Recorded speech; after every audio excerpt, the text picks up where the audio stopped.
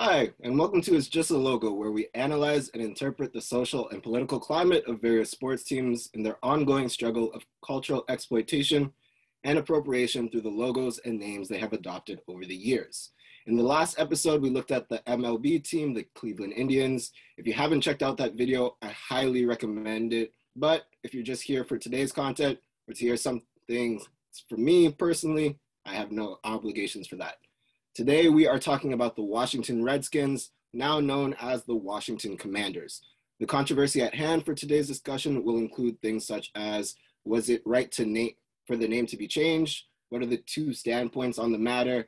The history that roots the former logo and name with cultural appropriation and exploitation, and much, much more.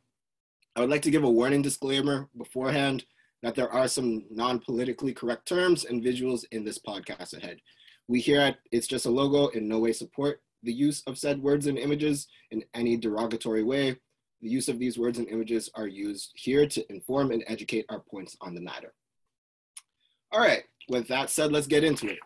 To start off, I want to give you guys a basic rundown of the formerly known Washington Redskins. They are an NFL team that was established on July 9th, 1932.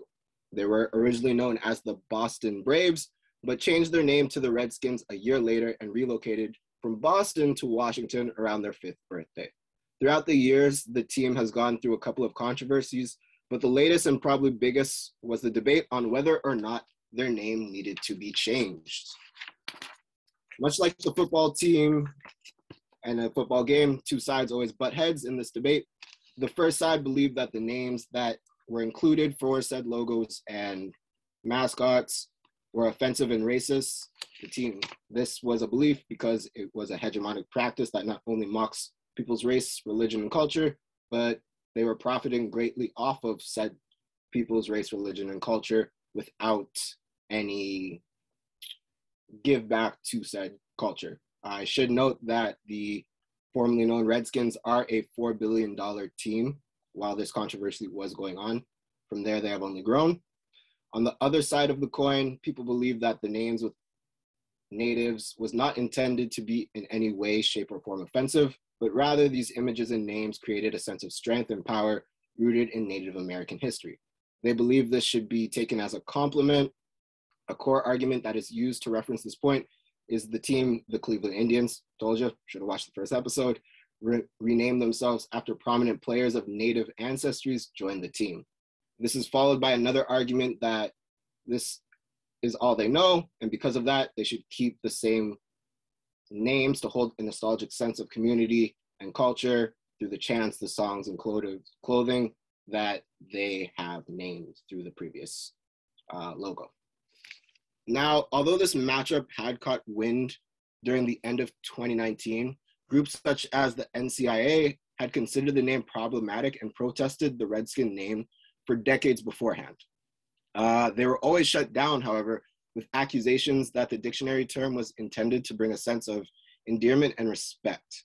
This sense of respect, quote unquote, also brought on the belief that as a whole, the majority of First Nation people agreed with that.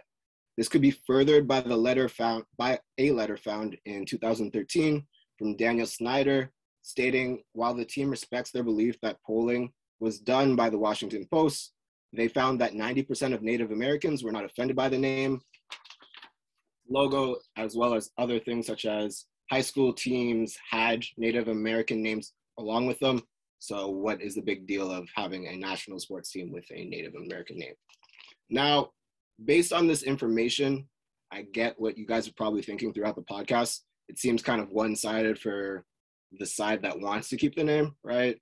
They have a majority that said the population is agreeing the name isn't offensive, and it was a title of endearment. And through that, there's probably no cultural appropriation, exploitation, racism found at all. Well, unfortunately, that's not the case. Academic researchers found that the polls that were taken through the Washington Post were deemed scientifically questionable because the questions about the Redskins' name were grouped into a longer telephone survey on other topics. So the majority of those who went through the survey were heavily affiliated with the team and in favor of its interests. When looking at the reading, are the North American sports fans offended by the Redskins team name? a demographic analysis by Brandon Lang. Mr. Lang did an 18-item questionnaire that was administered to represent the 6 different professional sporting events held at 5 different stadiums. 3 of these events were major baseball teams, games held in Toronto, Ontario, Baltimore, Maryland, Washington, and Ohio. They also included baseball games as well. For each of these events, Lang walked around the different stadium and approached fans to ask them if they would mind filling out a brief survey on the Native American team's name. Through the survey, it was found that about 47% of the respondents answered that the term Redskin was at least a little offensive, and 50% of the respondents answered that they at least a little supported the changing of the Native team's name. And through that as well, another 49.5 stated that they at least a little agreed that it should be mandated for teams with names that people deem to be offensive to change their name. Although it's not a landslide towards one side, a good portion of the population is aware of the offensiveness and believes it should be changed. I should also mention that these are everyday sports fans that feel there's a need for change of the logos, not just Native American people in of themselves. Needless to say, the argument that the majority of people are okay with this name through polling does bear false fruits. For the argument that the term, these images and names create a sense of strength and power rooted in Native American history, there is also a need for understanding that history is made by the winners. And so if those created cultural appropriation, exploitation, and racism terms, they're going to spin it in a way that is favorable to them and the history around them. So the Redskin logo and name is no different. If we go back to the American Revolution, the headpiece that would later become the Redskins logo, we can see through discussions and readings by people such as Philip Taylor in his discussion of cultural appropriation, that white Americans self-define through these things that dates back all the way to the Boston Tea Party. Playing Indian, as he describes, has been a major part of the establishment of American national character and inserting white dominance. During these times, Native Americans were perceived as savage, violent, and aggressive, and these ideas were used to inspire such rebellion against European rule. Colonial papers depicted Indian princes with European features or whitened the complexion of Native bodies and clothed their nakedness to show that the American Revolution could reach such points of savagery to obtain the freedom that they wanted, bringing a metaphoric Indian inside the boundaries of American identity. Once the American people had secured their political independence, the new republic sought to define itself in symbolic terms. They did so by infusing the invented Indian into their national history. The first symbolic Indian appeared on the United States coin as a sign of the country's ancient tradition and its classical ideals. This romanticized version of their frontier past initiated a new turn of the century masculine trend of ongoing Native markings by a proliferation of men's and bodies boys clubs, and the Indian theme organizations that adorned the ancient and brave Indian spirit were appropriated through military ideals and later found in sports logos and brandings, such as the Washington Redskins. Through this history, we can see the cultural appropriation in the Redskins logo, the name, and the name. The use of cultural elements in this imagined Indian that has been passed down throughout American history takes away from the Native American culture and adopts their cultural elements disrespectfully and stereotypically.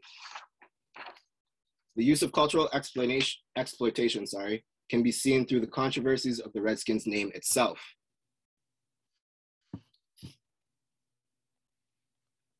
As said earlier in the podcast, the team had been faced with backlash for decades about changing their name. In that time, they were able to accumulate $4 billion of net worth through the naming and circulation of products using cultural elements from First Nations people, none of which had gone back to the community they are profiting from. This lack of understanding of cultural appropriation and exploitation has been seen publicly criticized through various avenues, such as discussions like ours, and even satire pieces, for example, an episode of South Park that I'm about to show you. You are Eric Cartman? Yes, I know. My name is Dan Snyder. I'm the president and owner of the Washington Redskins. Oh, cool. Please, take a seat. Thank you, but I will stand. Nice, I like that. Young man, we ask that you please stop using the name Washington Redskins for your organization. Stop? But why? Because we are the Washington Redskins, and we are a football team. You have no right to use our name to get attention. The trademark got pulled, so I'm totally free to use the name, actually. Butters, could you get that? Washington Redskins, go fuck yourself. Look, don't you see that when you call your organization the Washington Redskins, it's offensive to us? How is it offensive? How is it offensive? Jesus, we are a proud team, Mr. Cartman. We have no wish to be associated with people who actively do nothing. Makes it feel like a joke. Guys, we have total respect for you. When we named our company Washington Redskins, it was out of deep appreciation for your team and your people. I know I can't legally make you stop using our name, but won't you just do it out of decency? No.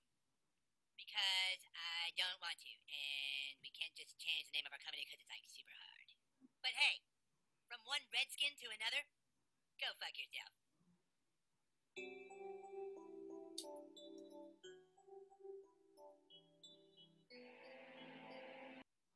As you can see, since the team has changed their name, which has led to statements on why this is still being talked about, as they have achieved the change they were looking for. Although this is the case, there is still room for improvement. For one, the only reason that the name and logo were changed is that the controversy gained a large following and discussion and wanted to avoid backlash, not through the belief that the naming and the logos were wrong themselves. Because of this, many fans still believe that the name and logo did not need to be changed. Proper history of how the logo came to be is still shrouded in national history changes, and there are no form of reparations that have been presented to the Native American people. But yeah, that's all. If you guys have any discussions on it, I'd love to hear from you guys in the comments. Thanks for viewing. Bye.